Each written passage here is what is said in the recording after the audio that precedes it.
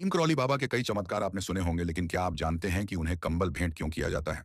और वह हमेशा कंबल क्यों ओढ़ते थे? इसके पीछे की एक कथा है। एक बार वो अपने बुजुर्ग भक्तों के घर पर पहुंचे।